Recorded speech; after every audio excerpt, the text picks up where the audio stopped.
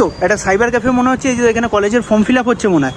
দাদা আমার কাছে মাত্র 500 টাকা আছে, কলেজের ফর্ম ফিল আপ করতে চাই, হবে কি? এই চুচুড়ায় যা দাম নিচ্ছে দেখছি, চতুর্দিকে 100 টাকা 200 টাকা, আমার কাছে 500 টাকাই আছে, 2-3টে ফর্ম ফিল আপ করবো, হবে? নাহলে বললেন আমি বাড়ি চলে যাচ্ছি। এই দাদা দিন 500 টাকা, বাবা কতদিন দেখিনি 500 টাকা। আমি কিন্তু 2-3টে ফর্ম ফিল আপ করবো, একটা নয় কিন্তু। দেখুন আমাদের এখানে ফর্ম ফিল আপের চার্জ হচ্ছে 40 টাকা। কি বলেন 40 টাকা? হ্যাঁ, আপনি আমি তো 500 টাকা এনেছি। চারটেও যদি ফর্ম ফিল আপ করেন তাহলে 300 টাকার মধ্যে মিটে যাবে, মানে 240 টাকায় হয়ে যাবে। বাবা কি বলছে? না সেটাই তো, চারটে ফর্ম ফিল আপ করলে আপনার 160 টাকার মধ্যে মিটে। আপনারও তো মাথা খারাপ হয়ে গেছে দেখছি, 40 টাকা করে ফর্ম ফিল আপ করে। পোষাচ্ছে না? এর দোকান তো 2 দিনে বন্ধ হয়ে যাবে মনে হচ্ছে এই করে। না না দাদা, লোক হচ্ছে। ব্যাপারটা হচ্ছে যে আমাদের মেইন টার্গেট হচ্ছে যারা ধরুন পড়াশোনা করছে এখন, তারা তাদের হাত খরচা তোলা, মানে কলেজে ভর্তি হচ্ছে বাবা মার টাকা, এবং অনেক যারা গরিব স্টুডেন্ট আছে যারা শুধুমাত্র পড়াশোনা করে, নিজেদের খরচা চালায়, হ্যাঁ সমস্ত কিছুর জন্য, তারা মাত্র 40 টাকা তাদের কাছে অনেক, ঠিক আছে। এবং আমরা চাই যাতে বেশি স্টুডেন্ট ফর্ম ফিল আপ করে, হ্যাঁ তাই জন্য দেখুন না উনি ও ফর্ম ফিল আপ করছে, ও মাত্র 40 টাকাতেই ফর্ম ফিল আপ করছে। সে কি তার মানে আমিও পারবো 40 টাকা করে ফর্ম ফিল আপ? আমার তো বিশ্বাসই হচ্ছে না। আর কি কি হবে, আর কি কি হবে? ঠিক আছে, দেখুন এবং এছাড়াও আপনি এখন অনেক স্কলারশিপেরও ফর্ম বেরিয়েছে, যেমন ধরুন আপনার স্বামী বিবেকানন্দ রিনিউয়াল শুরু হয়ে গেছে, ওএসএস স্কলারশিপ শুরু হয়ে গেছে, বিভিন্ন ধরনের বিদ্যাধান স্কলারশিপ শুরু হয়েছে, হ্যাঁ।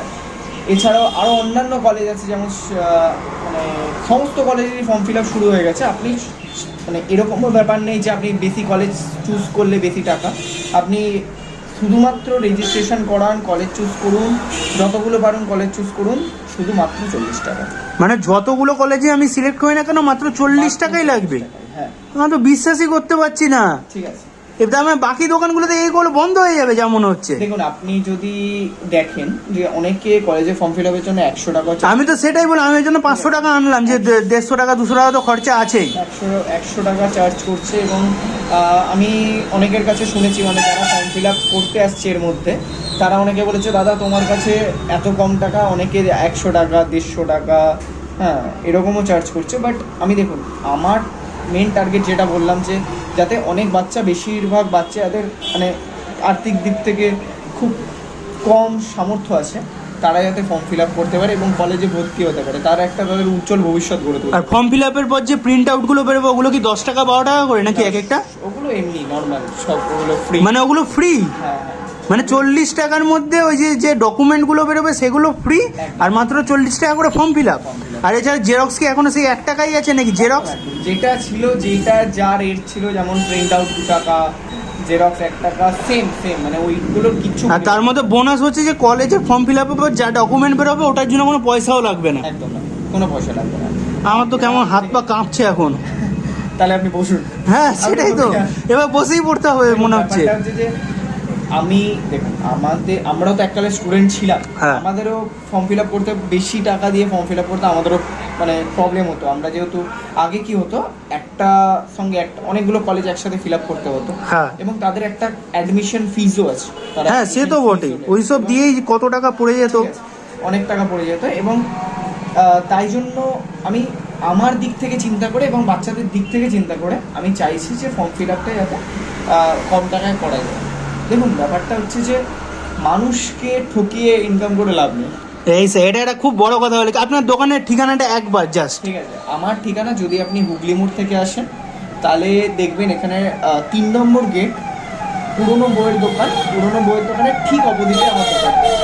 আর যদি আপনি পিপুলপাতি থেকে আসেন তাহলে যেখানটা 3 নম্বর গেটে, যেখানটায় দুর্গাপুজোটা হয়, তার থেকে একটু এগিয়ে এলে দেখবেন পুরনো বইয়ের দোকান, এবং পুরনো বইয়ের দোকানের ঠিক অপোজিটে। ঠিক আছে, মানে দুদিক থেকে এলেই আপনি। আর দোকানের টাইমিংটা কখন খুলছে না খুলছে?